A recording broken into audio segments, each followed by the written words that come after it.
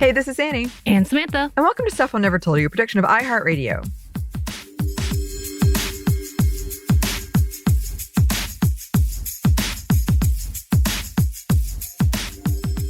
Oh, and this is going to be a fun episode, I hope. Another short one, but in a very patriarchal world, we often see women at the bottom of the social hierarchy, economical too, all those things, and left behind because it is an assumption that women have their really just one place, and that's oftentimes in the home, serving their husbands or men in general. But when you look into the details, you find some wonderful treasures in the form of stories or legends that talk about the way women in the marginalized community often helped their community survive through the hard times and even change the course of how we got here today. And a lot of what we know about the past, we get to all of that in the lovely treasures and those little groves that are look at that story. We need to talk about this more. And today, we are exploring one such story /legend /group that still does exist, specifically to South Korea. It's the older group of women, or mostly older group of women, known as the Haenyeo. And the Haenyeo, or sea women, are largely, again, made up of older women from the Jeju Islands in South Korea, a big hot spot for tourism if you're on any South Korean TikTok at all. And these legendary women are seen as some of the most respected people of the island. Being a part of their crew is seen as an honor today. Now, of course, they've been around for a while, so this level of honor came much later. So the Haenyeos are a community of women freedivers who work and live on Jeju Island. And we're focusing on Jeju Island, but there are other places that the Haenyeos have popped up or have been.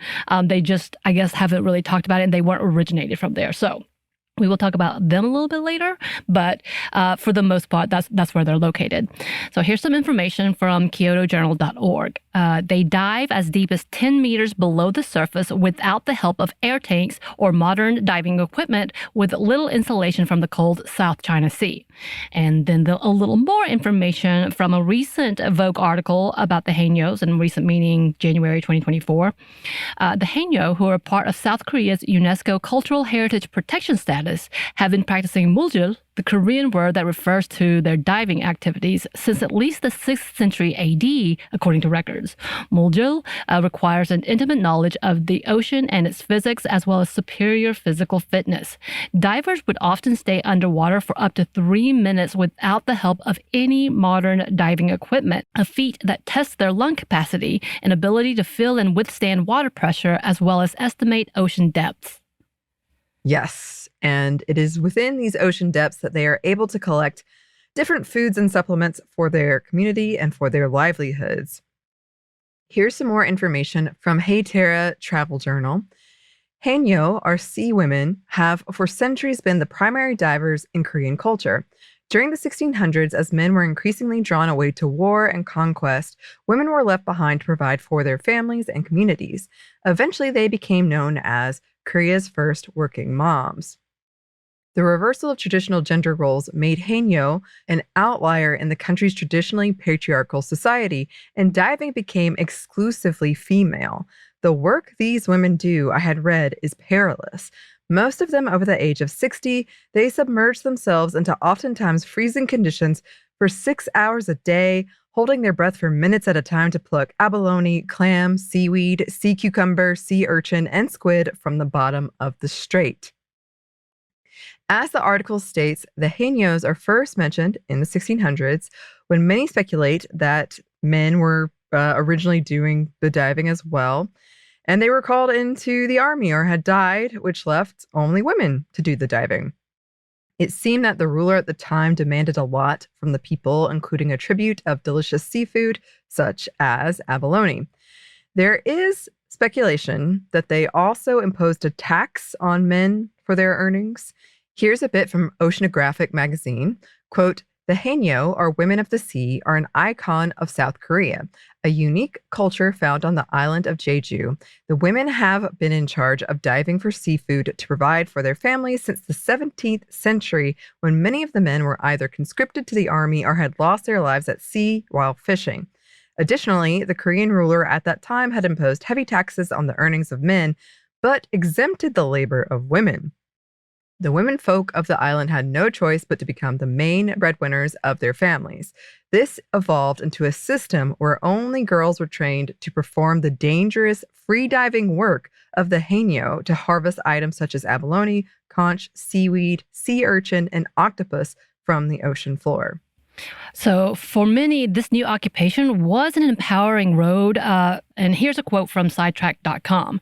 The Haenyeo culture sprung up during a time when oppressive legislation was forced upon Korean women. Women should be limited to domestic work and the care of children. They had no access to education, no right to inheritance. They were discouraged from walking in public spaces. When they did, their faces should be hidden by a veil. Divorce procedures could only be initiated by men. Husbands could abandon their wives should they fail to bear a male child. Unshackled and free, the Haenyeo have stood as paragons for female empowerment. And like most of the world, war and oppression has been a factor with its continued decreasing of numbers of Haenyeos as there are less and less of them as the years go by. So here's some more information from that sidetracked article. The Haenyeo reached their peak at the end of the 1950s. In 1945, the USA and USSR liberated Korea from Japanese oppression, but began using the peninsula as a pawn in the Cold War. The Korean people woke from their colonial nightmare to find themselves politically divided by the 38th parallel. To the north, communist interests led by Soviet Russia. To the south, a territory aligned to capitalist America. The Korean War from 1950 to 1953 consolidated the former occupied zones into two separate countries at the high cost of more than 3 million lives and the destruction of their basic infrastructure. Despite its relative isolation, Jeju was not spared from these hard times. Violence, unemployment, famine, and sickness took over the island, as well as another exodus of young adult males. However, an economic upsurge followed, and between 1965 and the 1970, the number of Haenyeo decreased from 23,081 to 14,143. Today, only around 4,500 are still active. Most Haenyeos are now between 65 and 75 years of age, and despite government incentives such as promoting annual festivals and building a museum and a school for their Haenyeo, a few young women are willing to embrace the lifestyle of their grandmothers. Since then, the culture and legend of the Haenyeos have gained more and more attention and revelry. In fact, the Kyoto Journal even talked about it helping establish a semi-matriarchal society. They write, quote, "The Haenyeo have elevated social status in an otherwise patriarchal South Korea, but it is unclear why free diving became a female-dominated profession on Jeju. Explanations range from men dying in deep-sea fishing accidents or wars to physiological reasons, for example, women's fat reserves supposedly making them more resistant to cold water. Historically, so many families depended on the income of the Haenyeo that a semi-matriarchal society developed in Jeju. It was not unheard of for women to be the main breadwinners, while men would stay home and take care of the children. One way in which non-standard gender roles were manifested was through the payment of dowry to the family of the bride instead of the groom. Unlike families in mainland South Korea, families on Jeju would wish for the birth of baby girls rather than boys." Which is fascinating. And though the original divers may have started in 434 AD, the traditions and practices changed as the people who took over changed from men to more women in the 17th century. Historically, the practice would be passed down from mother to daughter, starting at the age about 10 or 11. But things change and the numbers have changed since then. So here's a bit more information from a Financial Times article. Traditionally a job handed down from mother to daughter, Haenyeo life has been shunned in recent decades by nearly all the girls born in Jeju's seaside villages, which have tended to favor more comfortable lives in the island's two cities or on the mainland. For more than 14,000 in the 1970s, the number of Haenyeos have dwindled to fewer than 4,500 today. So there are levels that the Haenyeo use for their expertise, and in order to be a part of one, it does take the villagers approval to get to that point. So here's some more information from wonderwisdom.com. Becoming a Haenyeo also is not an easy task. A new recruit has to earn a yes vote from every woman in their village. It can take up to 5 years for any woman to reach an expert level after crossing various levels like Sengun or novice, Jongun, which is a middle level, and Haegun, expert level. A Haegun can reach depths of more than 30 feet and can stay more than 2 minutes underwater at a time. And some additional information thanks to Oceanographic magazine, quote, this evolved into a system where only girls were trained to perform the dangerous freediving work of the Haenyeo to harvest items such as abalone, conch, seaweed, sea urchin, and octopus from the ocean floor. To become a Haenyeo is indeed a dangerous and tiring path. These women train from the age of 10 or younger to dive to depths of up to 20 meters and hold their breath for up to 2 minutes underwater. They dive with no protective equipment other than their wetsuits, flippers, goggles, and weighted vest or belts to help them dive deeper. Lives can and have been lost during these dives. Right. I think I read one article when a woman was talking about how in the last, I think like 10 to, I don't want to say 5, maybe 5 years? Maybe 10 years. They had lost 14 people. Wow. And of course, they talk about whether it's like the pressure underneath and causing heart attacks or just losing them. And like, there's so many things. But I was like, dang, for a small village, that's a lot. Yeah.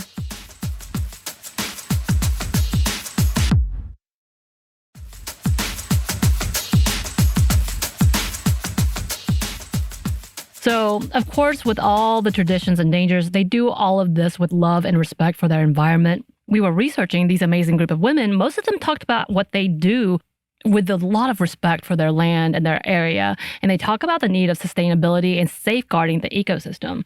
So Youngmi talks about it specifically to UNESCO. We're going to talk more about their articles because they celebrate all the women there. As Jeju Haenyeo, we adhere to a small but essential rule. We avoid over-harvesting.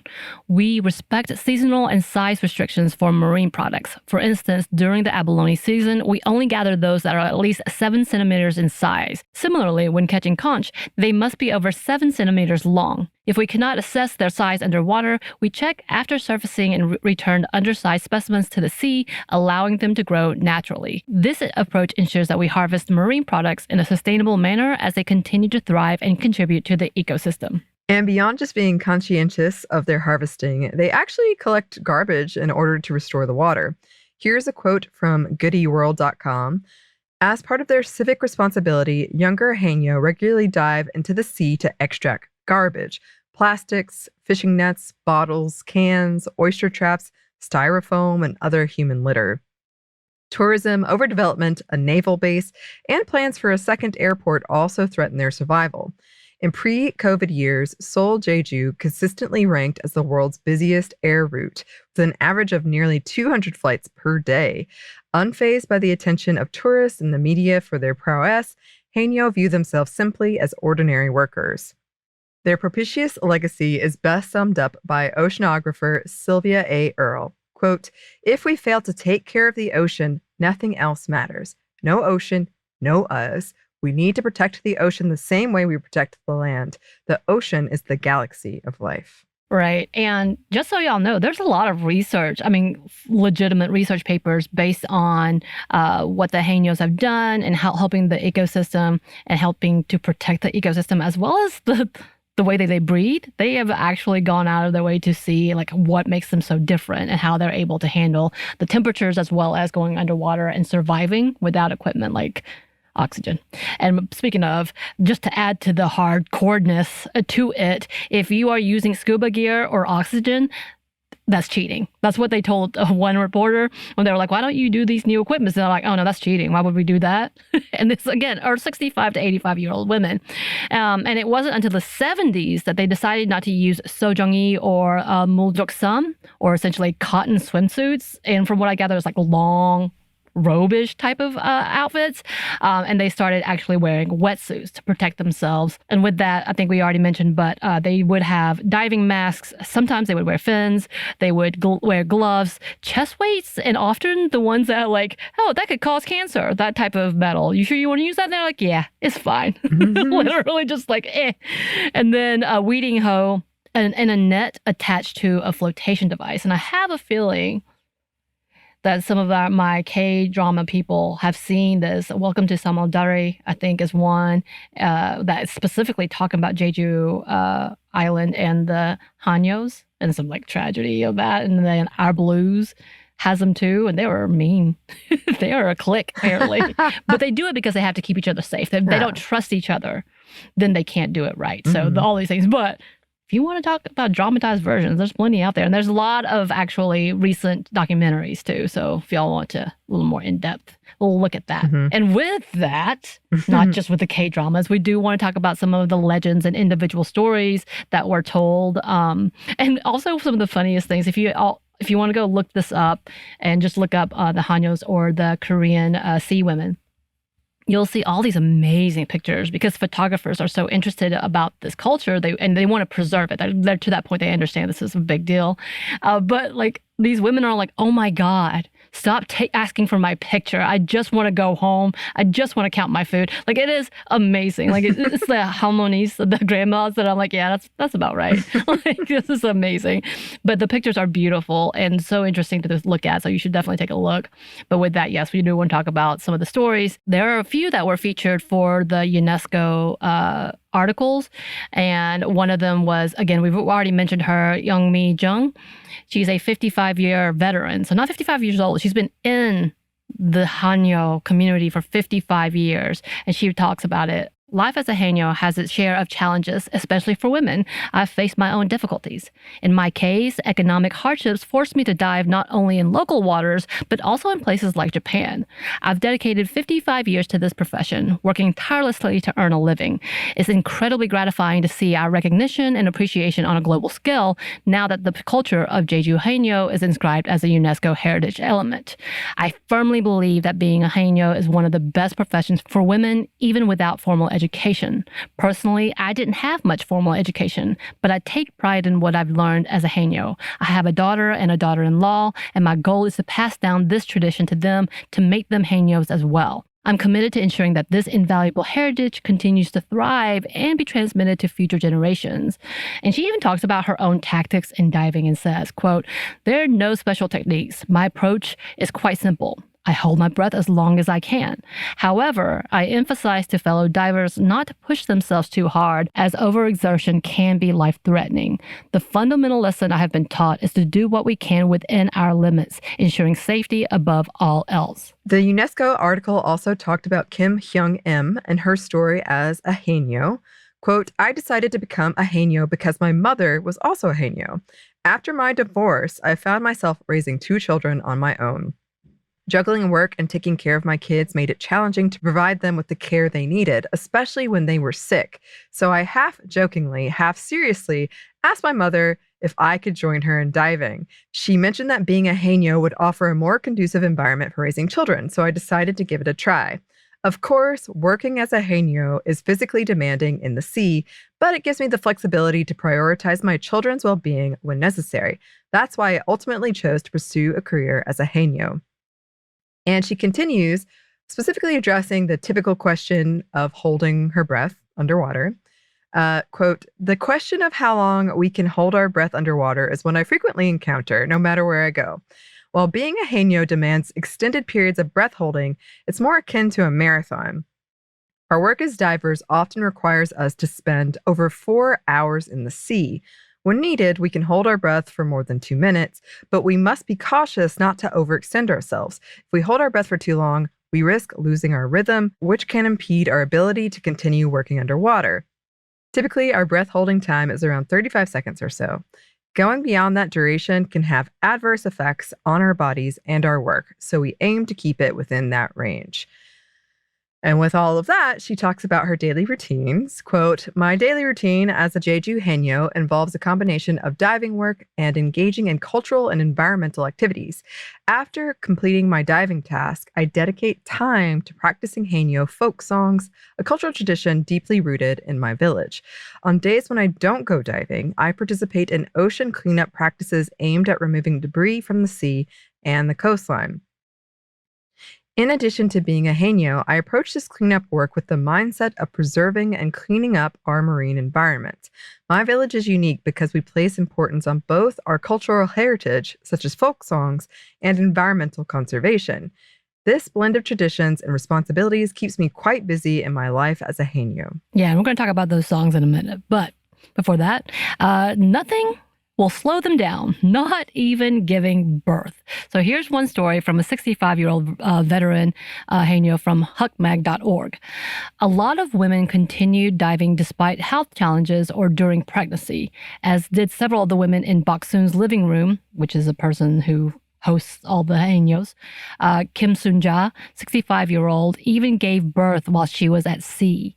During spring, she was picking seaweed close to the shore, and suddenly her water broke, and she had no time to call somebody for help. I just climbed up the seashore and gave birth to my daughter. When the others realized that I was missing, they found me and helped me back home with my baby safely. It was quite normal to give birth on the seashore, she told me, as her 3 youngest recruits looked thoroughly surprised. They would never be that calm, they proclaimed. The older Haenyeo believed they had healthy babies because they were working in the sea while being pregnant. Not a practice I would want. That is intense. That's intense. And age is only a number. A bit more from Youngmi Jung, the first veteran Haenyeo we were talking about. Quote, I'm not the oldest among us. There's a remarkable 93-year-old Haenyeo among our ranks.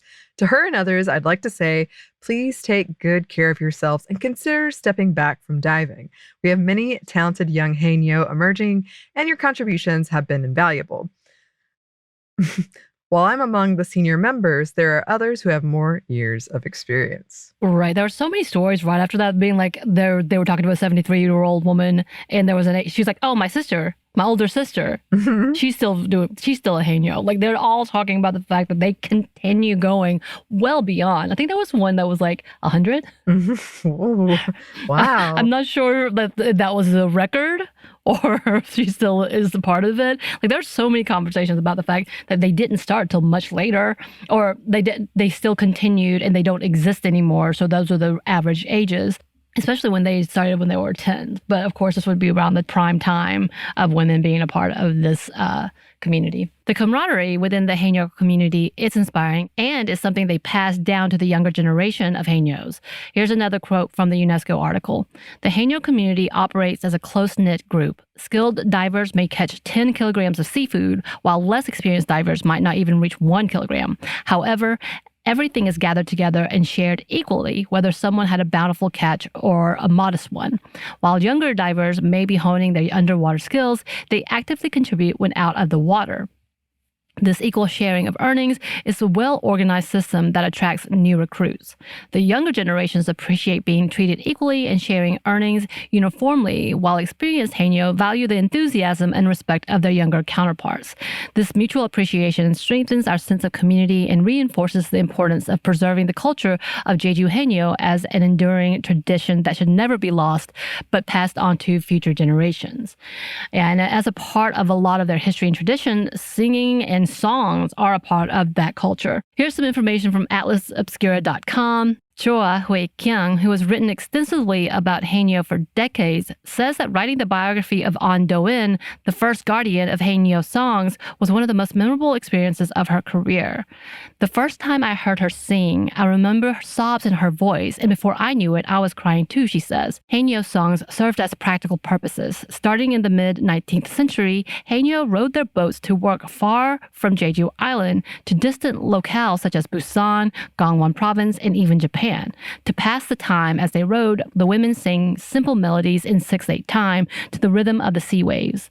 The song lyrics varied, but often women sang lamenting the day they were born, complaining about their incompetent husbands, and in protest of the government. Yeah, I can understand that. So here's a lyric from one of the songs that I'm not going to sing because I don't know how to do 6/8 time, so I'm just going to read it to y'all. Bang, bang, dove into the sea, skipped a day's 3 meals, and learned diving as a way to be, slowly saved up 1 coin at a time to take a stab at my husband's bar tab. That's so sad. In good news, there's no sheet music for Haenyeo songs, and a few of the nearly 10,000 known tunes have titles.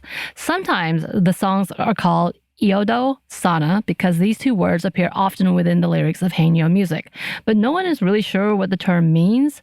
Some say Iodo Sana refers to a mythical island, a fantasy haven where problems cease to exist, or even a heavenly afterlife. Others say the words have no meaning at all.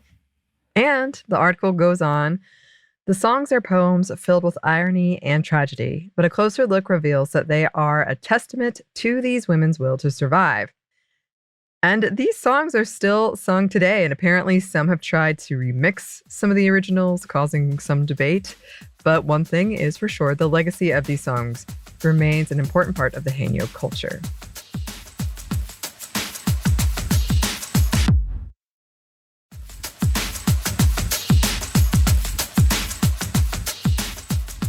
So what's happening today? We kind of already talked about it, but we're going to delve a little deeper. The artistry of Haenyeo has garnered more interest recently with museums that are dedicated to the years and years of tradition, and to the fact that UNESCO has placed them on the intangible cultural heritage list. They have become a cultural and tourist phenomenon. And here's some more information from that Kyoto Journal article. Quote, in 2016, the Haenyeo culture was assigned to the list of UNESCO intangible cultural heritage due to its unique history and the rapid decline of female divers. Its elevated status due to the UNESCO listing has resulted in a new tourist industry and increased protection and funding for the women in the industry and the natural environment of the island. The government provides free healthcare and the necessary diving equipment and has opened a diving school, again, and a museum. So there's that. However, while this new heritage status has brought benefits for the community, it has made the women into living artifacts who perform their work for tourist audiences. There are now places where you can pay to watch the women dive and buy their catch. I would be interested in doing that because I bet it was real good. I'd be interested in it, but I'm also like, I hope I'm not bothering you. Well, I think as long as you're giving money. Yes, absolutely. They're cool with that. Like, don't bother them. Don't come ask for pictures and selfies. Yes. Just buy their food. And I'm good with that. Give me that. I'm good with that, too. So, and from wonderwisdom.com, yes, the tradition is dying, particularly as the neo generation have decided to take jobs in cities.